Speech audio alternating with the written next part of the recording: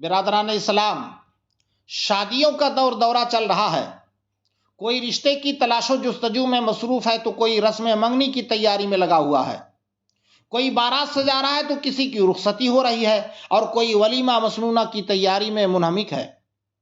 الغرض ہر طرف خوشی و مسرت کا دورہ ہے۔ رشتہ، نکاح، ولیمہ یہ اچھی چیز ہے، ان سب کا تعلق اسلامیات سے ہے، وقت پر ہونا ہی چاہیے۔ یہ صرف خواہشات نفسانی کی تکمیل ہی نہیں بلکہ سنت رسول ہونے کے سبب عامل ثواب کا مستحق بھی بنے گا۔ مگر پریشانی اس وقت ہوتی ہے جب اسلامی کاموں میں بھی لوگ ایسے رسومات کو شامل کر لیتے ہیں جو از روئے شرع ناجائز و حرام اور کبھی کفر ہو جاتا ہے۔ انہی رسومات میں تاریخ مقرر کرنا بھی ہے۔ جب تاریخ مقرر کرنے کا وقت ہوتا ہے تو لوگ پوچھتے ہیں کہ امام صاحب تاریخ مقرر کر دیجئے۔ علماء کرام و ائمہ ذوی الاحترام کہتے ہیں کہ اپنی سہولیت کے اعتبار سے کسی تاریخ کا انتخاب کر لیجئے، مگر لوگ سعد و نحس کے اعتبار سے تاریخ مقرر کرنے کی خواہش ظاہر کرتے ہیں۔ اگر نحس ہوگا تو منحوس سمجھ کر انکار کر دیتے ہیں، اور سعد کو سعید یعنی اچھا سمجھ کر قبول کر لیتے ہیں۔ پھر تاریخ نکاح یا رخصتی کے لیے جوڑا تاریخ کی شرط لگائی جاتی ہے۔ طرفہ تماشا یہ کہ ہندی مہینے کے جیٹھ میں بڑے بیٹے یا بڑی بیٹی کی شادی کو بہتر نہیں سمجھتے، اسی طرح خالی ماہ میں بھی کچھ لوگ شادی کی تاریخ کا انتخاب کرنے سے بچنا ضروری سمجھتے ہیں۔ اس کے علاوہ اور بھی بہت کچھ رسومات ہیں جسے آپ حضرات ہم سے زیادہ جانتے ہیں۔ میں آپ سے پوچھنا چاہتا ہوں، بتائیے جنتری کس نے بنائی؟ انسان نے۔ سعد و نحس کا انتخاب کس نے کیا؟ انسان نے۔ جوڑا اور غیر جوڑا کی تاریخ کا مزاج کس نے دیا؟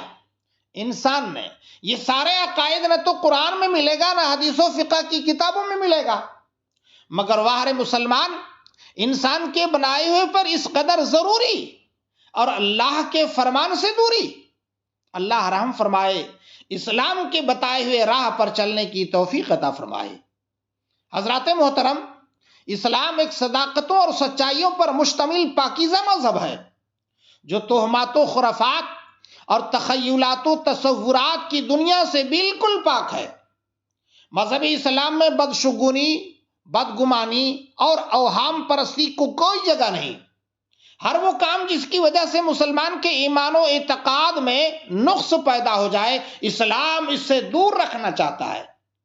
مسلمان ایمان جیسی لازوال نعمت سے محروم ہو کر اخروی نقصان میں مبتلا ہو جائے، اسلام نہیں چاہتا، بلکہ مذہب اسلام اپنے متقدین اور ماننے والوں کو توکلت علی اللہ کا درس دیتا ہے۔ مذہب اسلام مرضی مولا ازہمہ اولا کا سبق دیتا ہے۔ مذہب اسلام اللہ تعالیٰ کی ذات مقدسہ پر کامل یقین اور اعتماد کلی کی تعلیم فراہم کرتا ہے۔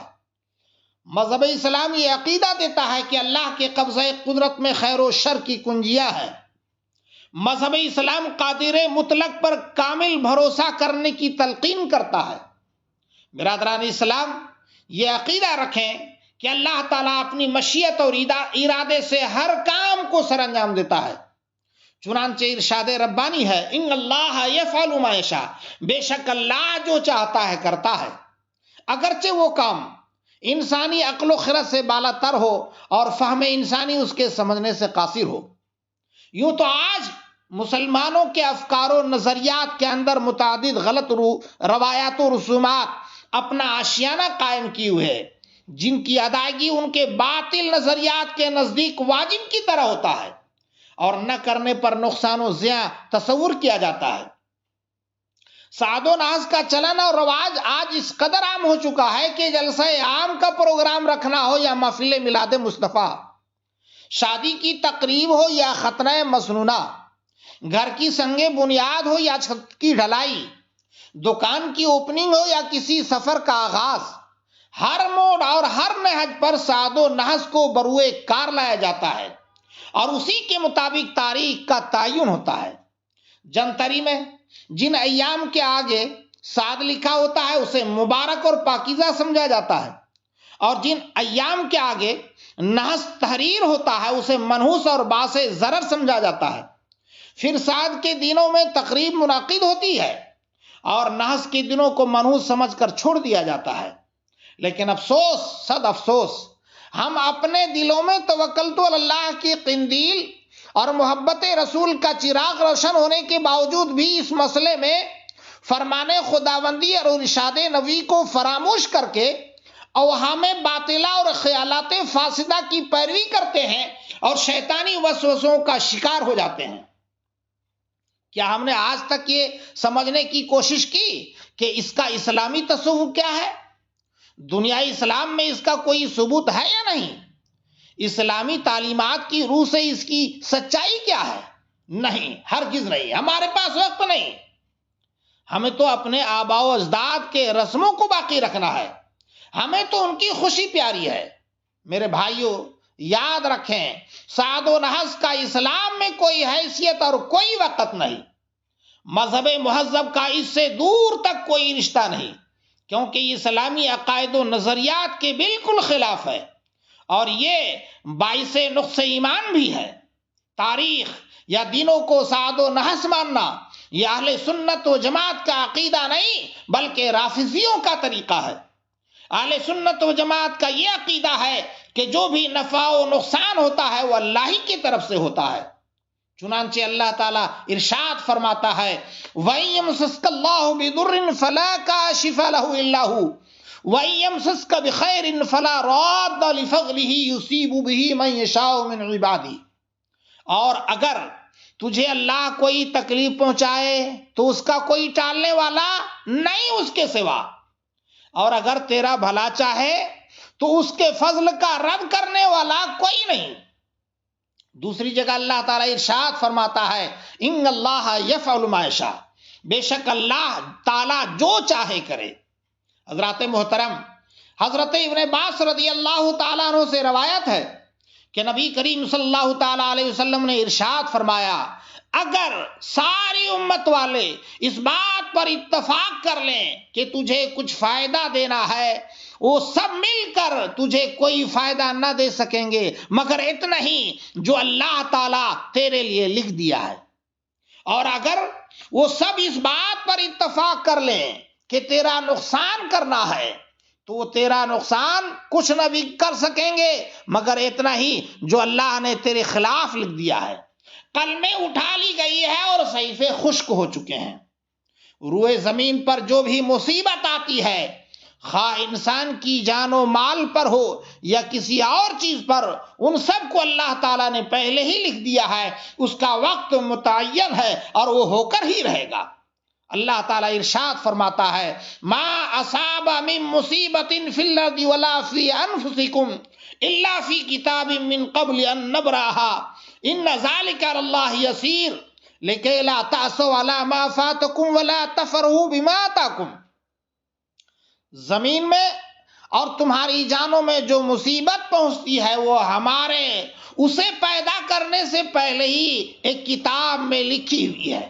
بے شک یہ اللہ پر آسان ہے تاکہ تم اس پر غم نہ کھاؤ جو تم سے جاتی رہے اور اس پر نہ اتراؤ جو تمہیں اللہ نے دیا ہے۔ دوسری بات یہ ہے کہ جو جیسا گمان کرتا ہے اللہ تعالیٰ بھی ویسا ہی کر دیتا ہے۔ حدیث قدسی ہے ان ظن خیرا فلہ ان ظن شرا فلہ۔ اللہ تعالیٰ نے فرمایا ہے میں اپنے بندے کے گمان کے مطابق ہوں، جو خیر کا گمان رکھے گا اس کے لیے خیر ہے اور جو شر کا گمان رکھے گا اس کے لیے شر ہے۔ اس لیے بندے کو ہمیشہ بھلائی اور خیر ہی سوچنا چاہیے اور اللہ تعالیٰ سے خیر و سلامتی کی دعا کرنا چاہیے، نیز اللہ کی رحمت سے نا امید نہیں ہونا چاہیے۔ اللہ تعالیٰ فرماتا ہے لا تقنطوا من رحمت اللہ۔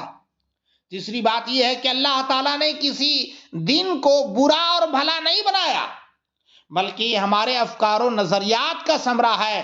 جن ایام میں ہمیں کوئی نعمت ملی ہم نے انہیں سعد کہہ ڈالا اور جن ایام میں نقصان و ضرر ہوا انہیں منحوس کہہ ڈالا۔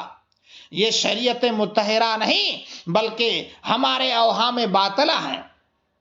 خلاصہ یہ کہ سعد و نحس پر عمل کرنا شرعاً ناجائز و گناہ اور ان کا اعتقاد رکھنا کفر ہے۔ اگر کوئی سنی صحیح العقیدہ مسلمان سعد و نحس کا عامل ہو مگر اعتقاد نہ رکھتا ہو تو گناہگار ہے، مستحق عذاب نار ہے، لیکن اعتقاد رکھنا کفر ہے، اس پر تجدید ایمان و نکاح، اور مرید ہو تو تجدید ارادت ضروری ہے۔ اللہ تعالی ہمیں صحیح راستے پر چلنے کی توفیق رفیق عطا فرمائے اور برائیوں سے بچنے کی توفیق عطا فرمائے۔